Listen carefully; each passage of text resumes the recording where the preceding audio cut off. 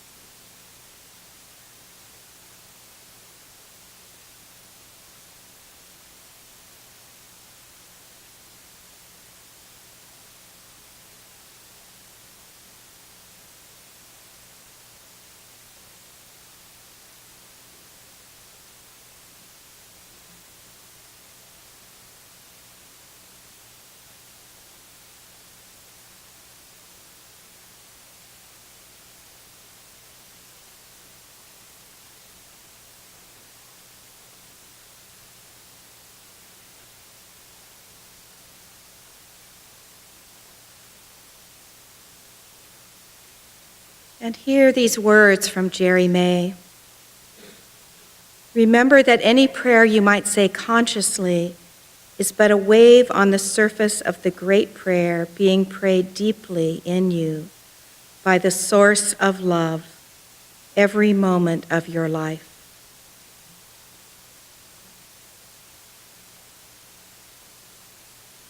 Read that again.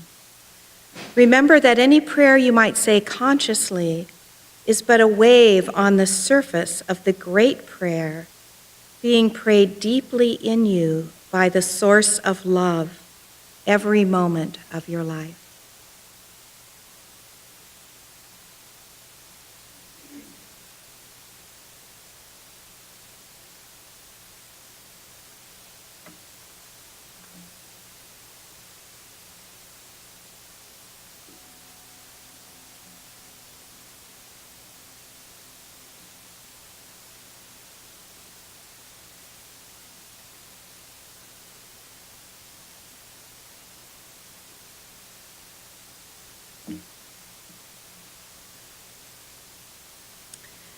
Welcome back to those who were here last night, and welcome to those who just arrived this morning. I'm Margaret Benefiel, Executive Director of the Shalem Institute. Shalem is a nonprofit ecumenical organization grounded in the ancient and ever-new Christian contemplative tradition. And that tradition encourages an awareness of God's immediate presence and a radical trust that God is at work in our lives and the lives of others. Nationally and internationally, our program participants come from many different denominations, faith traditions, and walks of life. They come for a place to listen prayerfully, for the movement of the Spirit. They look for the support of others at a deep soul level, and they look for encouragement for engagement with the larger world. To receive such spiritual encouragement, there may be no better place to be today than right here, where we have the joy to join in a time of reflection with Ilia Delio. Most of us were blessed to be with Ilia last night as she shared with us a reflection on whether we had lost our minds in this age of technology. For those who are joining us for the first time this morning, Frank Sasanovsky, a Shalem board member, will offer a brief introduction of Ilia, and then she will come and speak immediately following his introduction.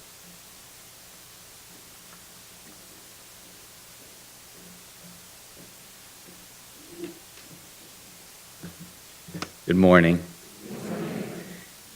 Each of us is expressing at each moment the creative energy of God, of love. In some, that handiwork is more visibly on fire, as it is in our sister and God's sister, Professor Ilia Delio. Growing up in New Jersey, Professor Delio earned a PhD in neuropharmacology at Rutgers, New Jersey Medical School. And on her way to begin a highly prestigious postdoctorate at Hopkins, she had a religious experience that led her to a vocation to the religious life. That life began with a calling to the Discalced Carmelites, which I think of as the Trappist order that Thomas Merton was called to. However, one day working in the garden planting peas, Professor Delio had an epiphany that her life would better express love now beyond the cloistered walls of the Carmelites and out among the wider world in the joy-filled embrace of the way of St. Francis.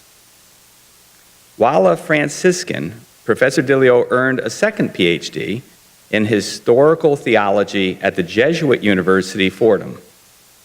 So with her synthesis of Jesuit training and a Franciscan heart, I think of my friend, Professor Delio, as the forerunner to the now even better known synthesis of Jesuit mind and Franciscan heart, Pope Francis.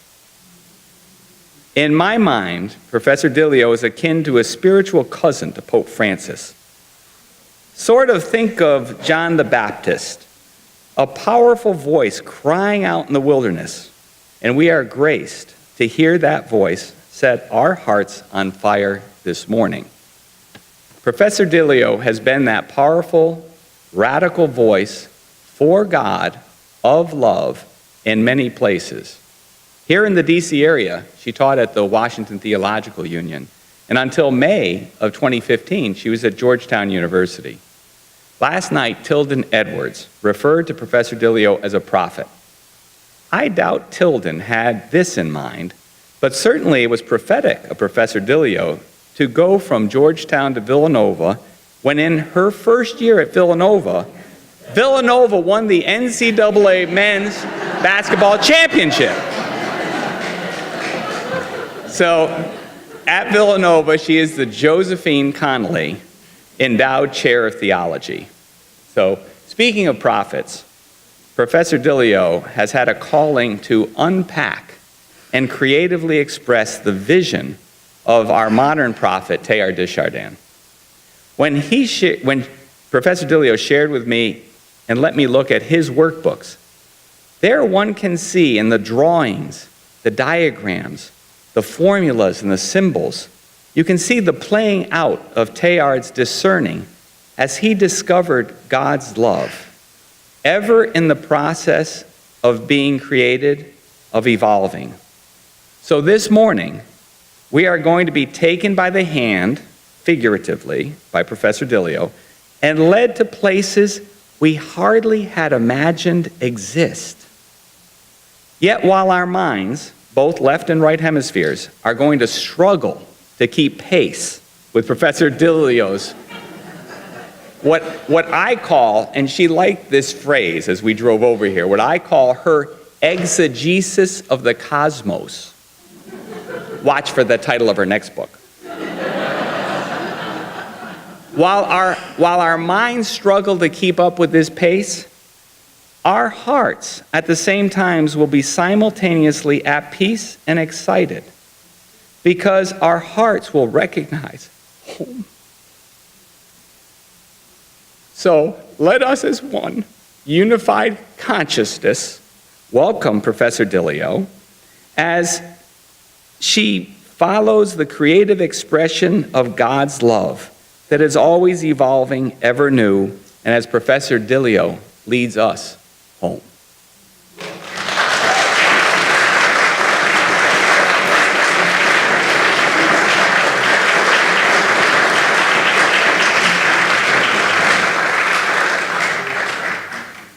Well, thank you very much, Frank, for that beautiful introduction, and thank you for coming this morning. We have, for those of you who were here last evening, I thought, oh God, I feel so sorry. It was sort of you traveled all day and then you were sort of now transported into the cyborg world. It's true, I am merciless when it comes to, engaging the new. But this morning, I want to maybe ask the question, how big is our God? Many people ask me, how did you get to this place of sort of this cosmic vision, of God and an evolving Christianity? And I have to tell you that I did not start out this way. if you know anything about Byzantine Discalced Carmelite monasteries, which was my first stint, I was, you might say, to the right of Attila the Hun. They called me Attila the Nun. I was your most conservative, your postmodern reactionary. I had come out of the 70s as the revolutionary and went into the most traditional Carmelite monastery. Actually, I was inspired by Thomas Merton. I had never heard of him. I came across his biography, and I thought, that's what I want to do. I want to give up everything, go to the desert, live for Christ alone. And so I did give up this wonderful, burgeoning career in neuropharmacology and a postdoc at Hopkins, as my friend Frank said, and found myself in this Discalced monastery, which was like a greenhouse for God, truthfully. All we did was we prayed and we worked, and then we slept. And I knew one morning I was maybe on the wrong track when I found myself dribbling over my scapular because I was exhausted, because the only thing I ever really did to work was move a pen or a scalpel. So like hard work of moving in the garden, moving rocks and planting. And I thought, wow, Thomas Merton did not talk about this stuff in his books. I must have missed that chapter. So, here's the thing from a religious perspective. I was very judgmental of religious people. If a sister didn't wear a full habit, or if it didn't follow the rubrics, I thought, that's not a real sister. That's not a real Catholic. That's not a real Christian. And I would, basically not talk to that person. That's how, narrow I was in my Christianity. And so once I flew the coop, so to speak, and wound up with the Franciscans, which were more fun, I have to say, because I wound up with German Franciscans, and they drank beer on Sundays, and I thought, this is really a good group. I like this group, So, but I was still very tied to the habit, tied to the horarium, tied to what the structure of a community is. And so I tried to fit God into my definition of what was Christian, or what was a sister, or what was Catholic. And then one day, now I have to just, in this little story, I will tell you, as I was in the monastery as a Carmelite, one day I was walking. I was outside, it was one of the moments of free time, and I heard the words of the Benedictus. And it said to me, you, my child, shall be called the prophet of the Most High. And those words sort of touched me personally. And I went into the Mother Prioress and I said, Mother, these words have really spoken to me. She said, oh, yes, dear, that's nice. God is with you, that type of thing. I thought, thank you, Mother, that's great. But those words have stuck with me. That was number one. The second is when I left Carmel, I had to do the novitiate over as a Franciscan. I was on retreat, and I had a dream the first night of the retreat, and the dream was I was sitting next to a nun in a black veil, and across from me was the prioress of the monastery. It was Mother Maria, and she was saying, my name was Sister Teresa Ilia. She said, we'd like Sister Teresa Ilia to return to the monastery. And this nun in the black veil said, no, she can't. She has something to do in the world. And I knew the nun in the black veil to be Saint Teresa of Avila in my dream. And so these moments have been with me ever since. And one day, just to make a long story short, and this will get to the heart of the presentation, I was sitting in my little apartment in Washington, D.C., and I knew myself to be loved by God. And in that love, I felt myself really free. So I did not have to look a certain way or be a certain way, that it was in that love of God that I found a freedom to explore what it means to be a child of God. And that was actually something that Thomas Merton wrote about. He said at one point, it is not so much that we strive to love, it is knowing that we are loved. And I do think that love is the heart of life itself, which leads me to where I want to take us this morning in this exploration of things. Now, last evening we were talking about this losing of mind, this kind of dualism in certain ways with our technologies. And it's because we are not yet, you might say, unified with this cosmos, this place we call home. Nancy Abrams and her husband, Joel Pribham, wrote in their book, "There is a gaping hole in modern thinking. We have no meaningful sense of how we and our fellow humans fit into the big picture. Without a big picture, we are very small people." And I think that is a little bit of our challenge, how to find ourselves again in the big picture. Even as we ask questions on, the global crisis of world problems, that's still the level of the people, and we need to begin to explore the level of the cosmos. And, here is sort of something that has always been in the tradition, and yet it sort of dropped out with that split between science and religion and with the rise of modernity and modern science. And that is, cosmology has always been at the heart of theology. As Raymond Panikar so wonderfully wrote, the very name God is a cosmological notion. God reveals God's self as I am, not just a being, but being itself.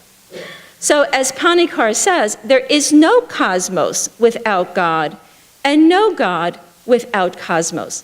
And yet, in our modern period, we have sort of inherited a God without cosmos, an acosmic God, which sort of makes me a little bit wondrous, like, who is the God that we are praying to? Who is the God of our lives?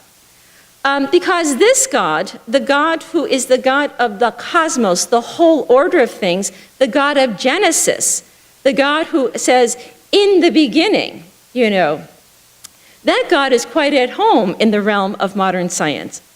And so I want to just take a brief look at the world that we live in today, the world that was sort of disrupted in the early 20th century by a little Swiss patent officer by the name of Albert Einstein, who basically was unhappy with the Newtonian idea of absolute space and absolute time.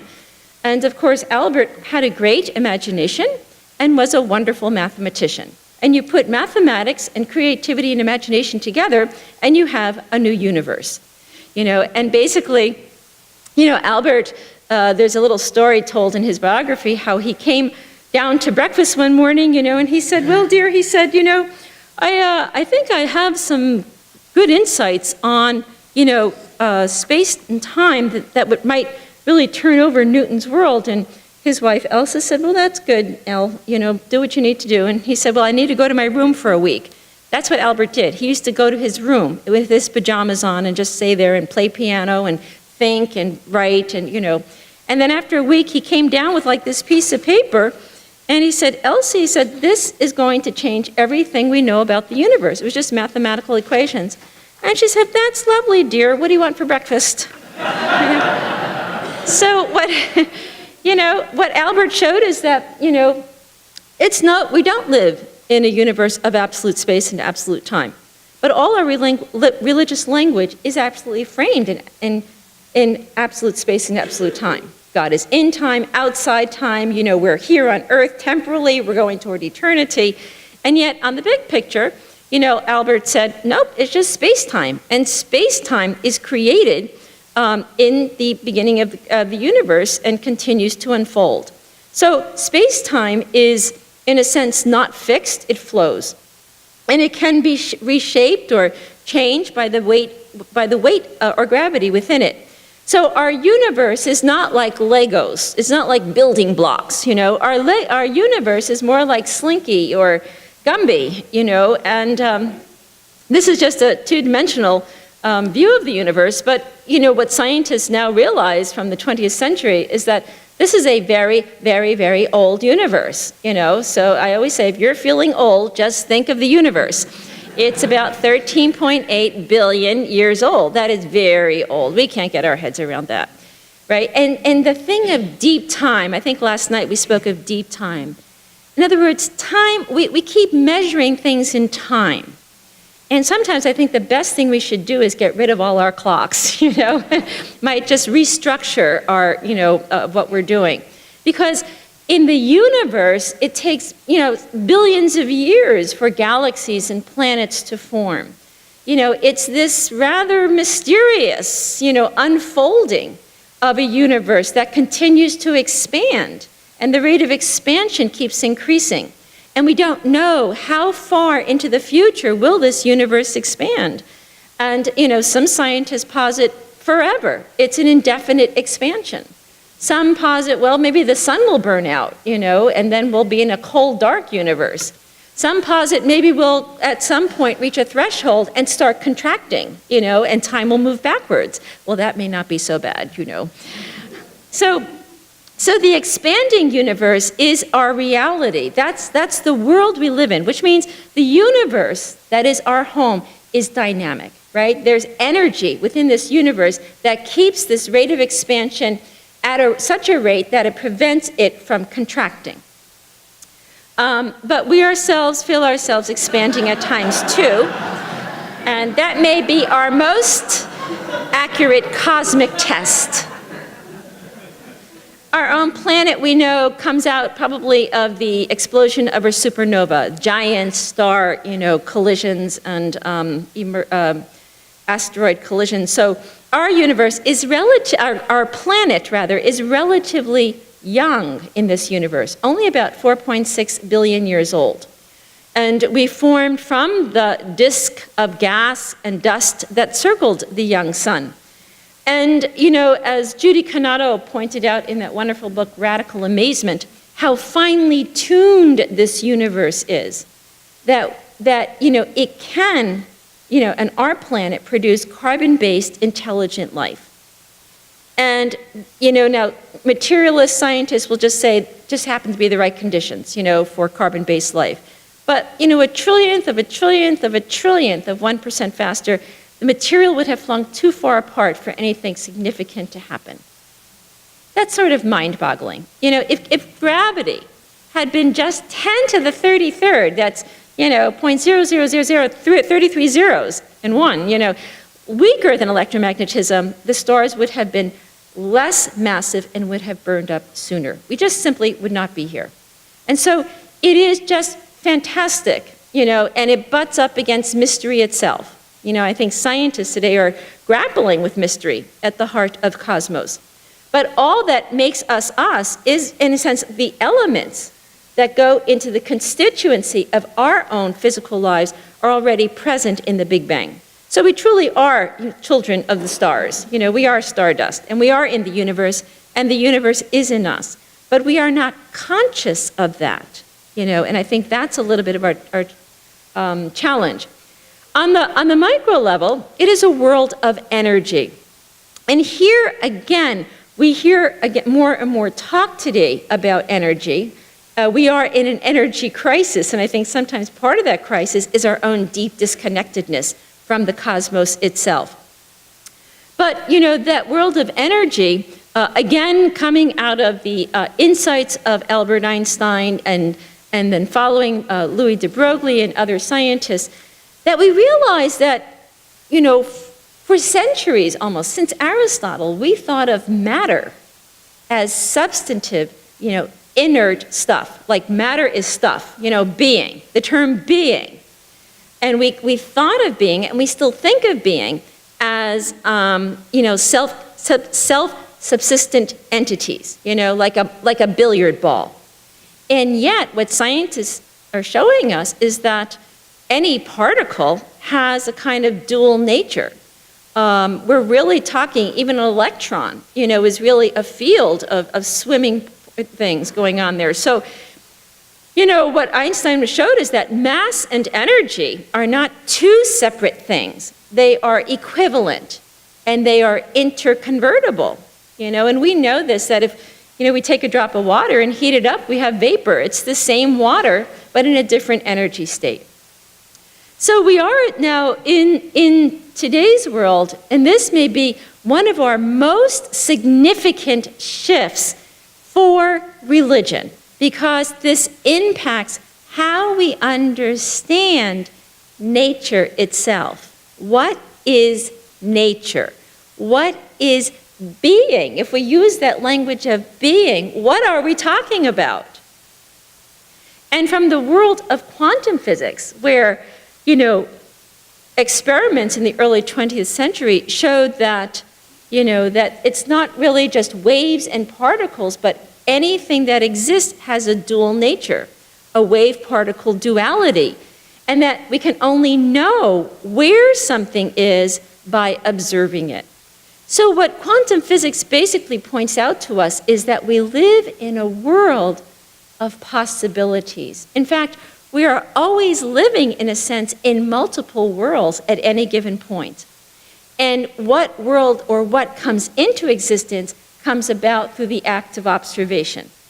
So it is a participatory universe. This is a better schematic to show that wave-particle duality.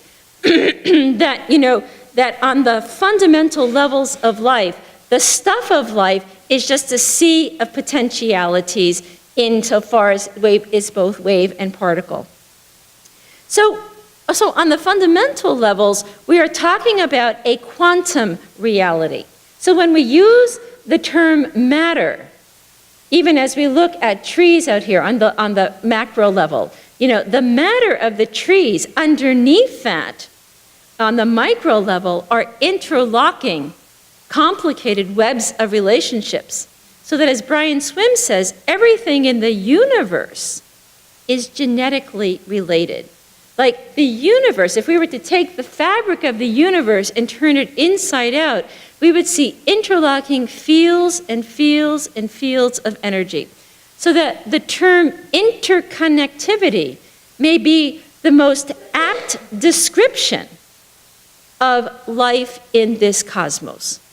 It is intrinsically an interconnected universe. One of the early experiments that Einstein was not, too happy with Bohr's notion of sort of indeterminacy at the quantum level. Einstein's famous dictum, "God does not play dice." He was pretty sure that, that there was some type of determinacy or in the universe of matter. But Einstein had two students, Podolsky and Rosen, who said, "Al, if indeed this is, just interlocking fields of particle energy, like what if particles interacted and then we separated them? If it's indeed just total interconnectivity, if we separated them and placed, say, a particle here on the podium in Rockville and a particle on the moon, and if we turn this particle 180 degrees up, then if there's deep interconnectivity, if they're entangled, the particle on the moon should turn down 180 degrees. And indeed, this was later shown to be true by John Bell. And they call this spooky action at a distance, right? A particle here could impact, literally, like produce, the state on some place entirely other than what's here. So this idea of non-local action at a distance really has a lot of implications, I think, for our own lives. Because I think what's taking place on the micro level, while some of the laws on the macro level are, do follow Newton's laws, but there is, I think, this deep interconnectivity follows through from micro to macro. So this idea of quantum entanglement shows that we are deeply interconnected across fields of energy. I guess if you've heard me talk, one of the examples that's very common to us is that if we have worked with someone or we have been friends with someone for, some time, and then that person retires or moves on. I think of my friend Pat Reed, and we were good friends at WTU, and then Pat retired and moved to Boston, and one day, and this was not too long ago, I was thinking of Pat, and I was thinking, gee, I really should call Pat, and I opened my email, and there's an email from Pat, right? And we used to say before, what a coincidence, right? I was just thinking of you, and now you just happen to email me. Now we can say from the point of quantum entanglement that my thought is now her thought. that my thought has produced her thought. And that kind of entangled connectivity has, I think, deep implications for us. First of all, we got to watch our thoughts, right? So if you're thinking, anything bad about this? No.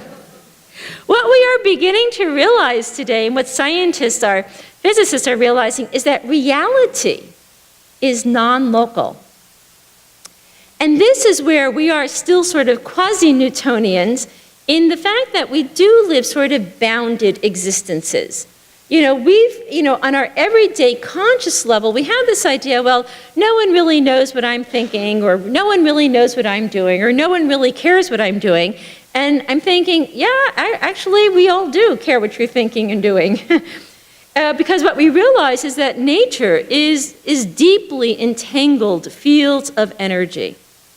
So that our thoughts, our actions are actually in some way redounding in the universe itself. And I think this puts a whole new spin on what it means to live gospel values today. I think it has implications for persistent anger, and the persistence of deep hurt that's unreconciled or unresolved. That those emotions, that psychology of thought actually can impact negatively the world around us. Paul Dirac, in his dinner speech before winning the Nobel Prize, said, "Pick a flower on earth, and you move the farthest star." Now, we have no consciousness that if we were to pick a flower, that the import and the impact of that action can actually, might say, be felt across the cosmos on the level of stars, on the level of other humans. I mean, think of how we have sort of indiscriminately, built up our Western, even now global cultures, right? We're just going to come in with the plow, just kind of clear it all out, because in our minds, we're thinking build, structure, progress, money. We're not thinking deep connectivity, the impact on the earth, the impact on other peoples. But that is, time for a Coke. Things go better with Coke. That is our deepest reality. David Bohm was a colleague of Albert Einstein, and he had sort of an alternate a theory for quantum physics. And whereas Niels Bohr really held to what's called the Copenhagen School of Quantum Physics, where indeterminacy is the root and parcel of all matter, Bohm felt that there was what he called a quantum potential. There was sort of a field within the field holding, you might say, even amidst the uncertainty, holding the whole together. And he wrote a book called Implicit Order. And he spoke of implicit order as that undivided wholeness at the heart of, you might say, all material life. And on the larger scale, the explicit order. So he said, as human beings and societies, he says, we seem separate. Not only do we seem separate, we act separate. But he says, in our roots, we are part of an indivisible whole and share in the same cosmic process. We do not live with this reality. We live on the level of separateness, closeness, and not sharing in the same cosmic process. And therefore, I think it is to realize that this universe that is our home of deep connectivity is not just a fixed plan. It's not that God said, okay, this is where you're going to live, this is what you're going to do, and this is how you're going to do it. That the whole thing is a process of evolution. And the word evolution still is difficult in many sectors, right? Because, when I was growing up as a young thing, evolution was associated with, we do not evolve because we are created in the image of God and we have souls, and we are not descendants of monkeys. That kind of thinking, that we are not, descendants of primates of any sort, has sort of linked evolution only with Charles Darwin, as if it's only the origins of the species by natural selection, and has not realized that the word itself simply means an unfolding. It's a process of nature itself, that we are not static, we are dynamic, we are not fixed, we are changing. It's not a mechanism alone, it is a process, meaning by process, there is an interplay within nature of lawfulness and order and spontaneity. I mean, we would only have to sit here and look at nature. The beauty of nature in its wildness, that, there's a lawfulness there, but there's an openness. There's a spontaneity of the interaction, even as leaves to flowers, to earth, to air. There's a wholeness going on there in that flow of life. So our story is an evolutionary story. In other words, if we were to look at our story as an encyclopedic series of 30 volumes, about 13.8 billion years, and each volume having about 450 pages, and each page about 1 million years, we would say that the Big Bang is volume 1. And we would see that lifeless and mindless matter is around volume 20. I mean, now I'm going to come back to mind, because I think that term mindless matter needs to be revisited today. But the Earth story begins around volume 21. That's 20 volumes later. I mean, what the heck's going on? I mean, who's reading the rest of this stuff, Life begins around volume 22. I mean, that's only 8 volumes away from ours. So that the Cambrian explosion is in the previous volume to ours, right? You watch Jurassic Park, and, I was in the Pittsburgh airport last month, and I'm coming down the escalator, and they had a skeleton of a brontosaurus. I was like, oh my God, is that a distant cousin? That thing is enormous, Dinosaurs go extinct around page 385 of our volume. Volume 30. And we humans are the last page, the last volume, the last line, and the last 2 words. Human beings. Homo sapiens sapiens. Now, is this the end of the story? Absolutely not, right? We are now that story as it's being written. So what we see about evolution is that nature is marked by change. Now, we know this. I mean, look at our own lives. We are not what we were 20, 30 years ago, and yet there is a core identity to who we are. Maybe even that identity has grown and evolved over time. So the term emergence means that nature loves to do new things. Given sufficient amount of time and the right conditions, new things will happen. We see that time is irreversible. We don't go backwards. Space-time keeps unfolding on the big level, and even on our own level, we can't go back, because time is about change, and we can't unchange that which has been changed. So change is always forward. And I want to say this because I hear sometimes people talking about going back, to some original Eden or some primitive type. We can never go back. The going back is the going forward. And I think that's important for us to get our heads around. Nature is a complexity of interacting forces that, again, has both lawfulness and chance to it. Here's something even more important for us. Nature is incomplete. Now, this is a shift, even as how we think about biology, because, for a long time we had sort of Aristotle's notion of biology, a fixed, this is what a species is. Lamarck came along to kind of modify how species develop and diversify. But we have had sort of this idea that this is what a human is. This is what, a North American is, But what nature says is, nope, there are no fixed essences. What is essence itself, if not an interlocking interplay of energy fields. So nature is consistently oriented toward new and complex life.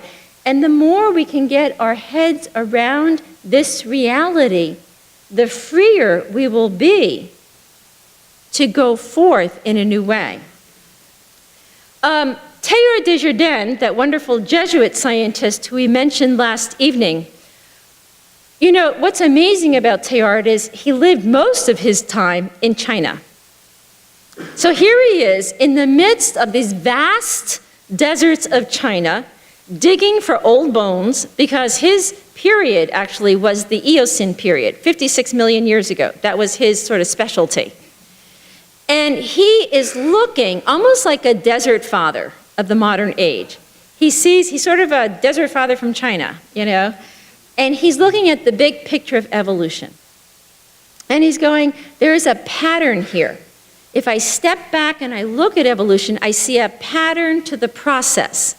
And the pattern is this: things keep coming together.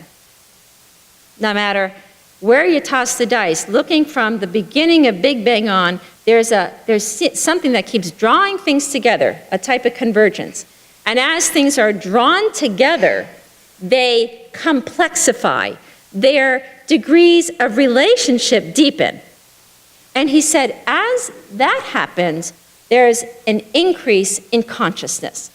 So, you know, his famous work, The Human Phenomenon, or what's known more as the phenomenon of man, is really a scientific treatise on, you know, the rise of, you know, humanity, but through this flow, evolutionary flow of consciousness. So he says evolution is not background to the story. So it's not like people say, you know, like they always ask the question, so do you believe in evolution? And I'm like, well, evolution's not a belief system, you know? Evolution is the best descriptive process of how we are here. So it's not background to our story, it is our story. Which means we are not in evolution, we are evolution. We are the Big Bang cosmos now in evolution. And that's really a lot for us to really get our heads around. So you thought last night was a lot? You ain't seen nothing. So, you know, again, looking at our story here on Earth, again, we're a newbie planet. Our distant cousins are the cyanobacteria. You may recognize someone here about 3.8 billion years ago. And as I said last evening, I had this slide where we are now, right, evolving. Our fastest evolution, right? As I said last evening, from the cell phone, right? And now we're pretty soon going to have computer chips the size of blood cells, you know. That's where evolution is now evolving us exponentially. I mean, technology is evolving us exponentially, and of course, half the population is evolving at a slightly slower developmental rate. Which is why we will continue on for billions of years. So what Teilhard said is that evolution is just a process toward more complexified life forms. And I want just you to remember that evolution, to be in evolution is to move toward more complexified life forms. We are in evolution today. We know this because 30 years ago, who ever heard of Muslims? Who ever heard of Buddhists? I mean, you know, 40 years ago, this was unheard of. This was a part of the world. I mean, if you grew up in New Jersey like I did, you know, are you kidding? I thought having a Scottish Protestant neighbor was really a cool thing. You know? So what Teilhard says is like, he says evolution is not just for science or scientists. This is our story. This is all our story. Whether you're a Buddhist, a Jainist, a Jew, an Islam, in Russia, in China, we are all children of evolution. And there he says it's a general condition to which all theories, all systems must conform. And until we begin to shift our fundamental thinking about every aspect of our lives, not only religion, but politics, culture, economics, everything must conform to the paradigm of evolution if we are to move forward to a sustainable future of life. And again, to live as children of evolution in evolution means we are unfinished.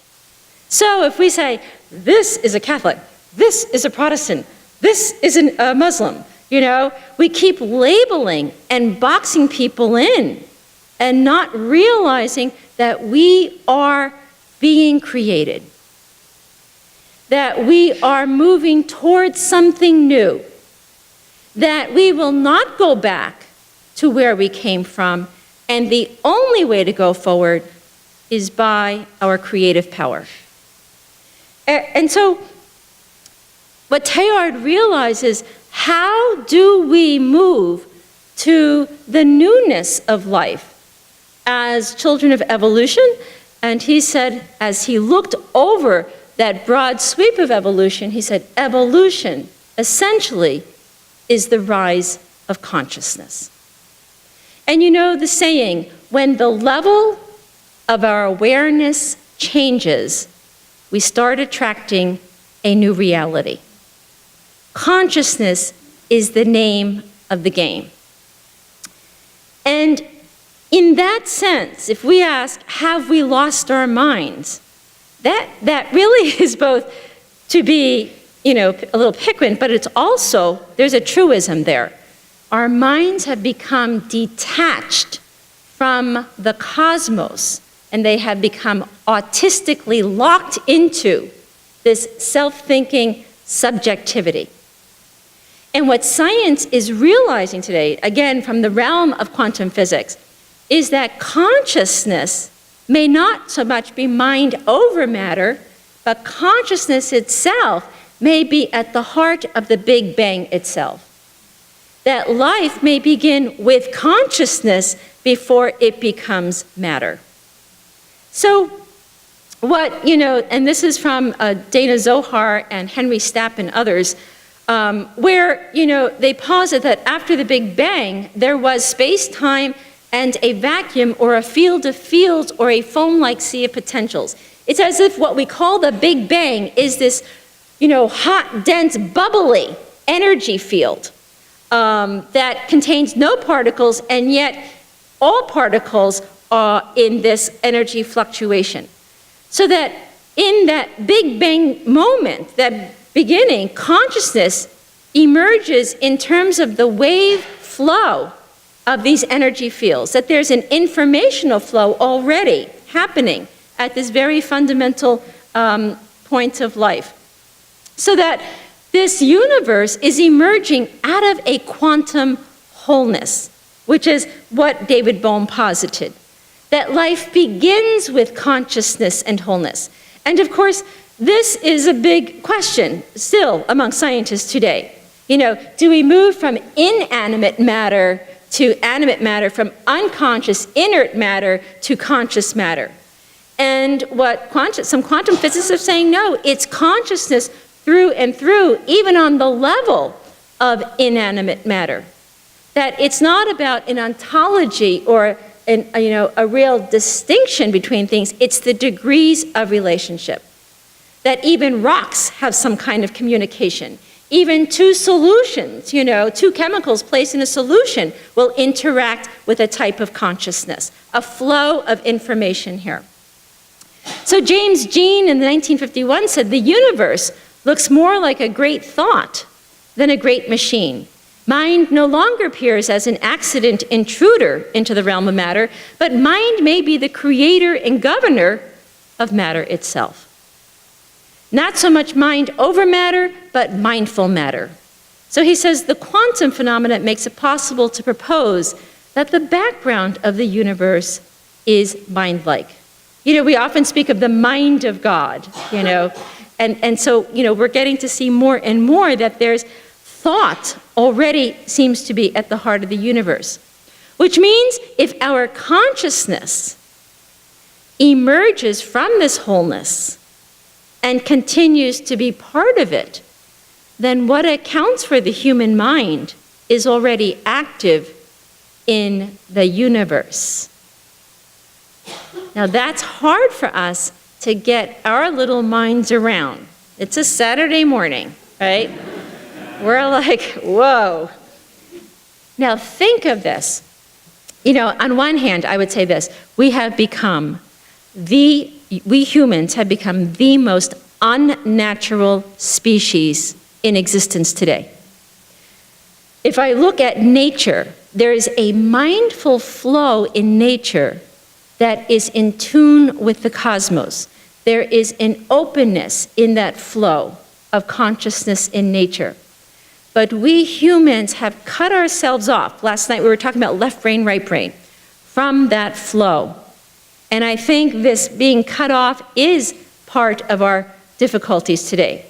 Because we're saying that consciousness, as part of the cosmos, is an emergent process. Consciousness itself is the engine of evolution.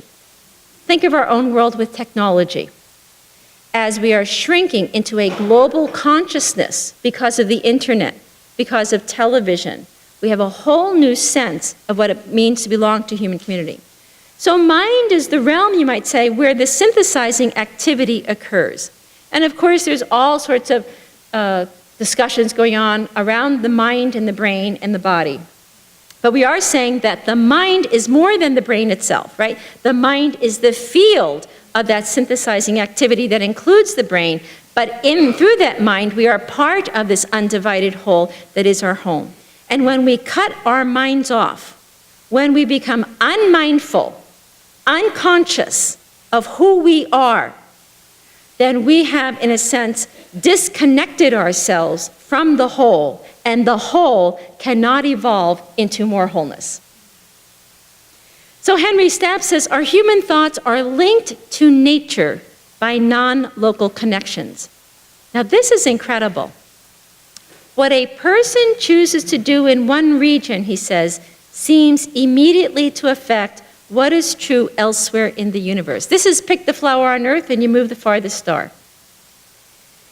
Think about in our daily lives, in our own personal lives, the times we've been hurt, the times we've been misunderstood, the times we cannot find within us the energy to forgive another, the moments when we have failed in compassion for another who is suffering, the moments when we have said, it's all about me and not about thee.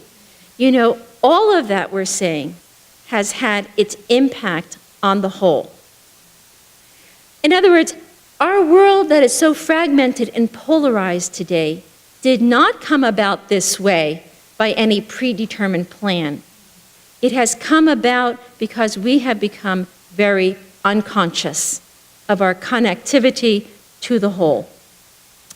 So what Teilhard said is our evolution become conscious of itself, which means we hold a frontier position. It makes a difference how we think, what we think about, what fills our minds and what fills our hearts. Because our choices are the choices of the universe for the universe. So with that, and I'm looking at the time, I want to talk about love and consciousness, but I don't know if you need a stand-up stretch break. Do you need a stretch break? All right, let's take a stretch.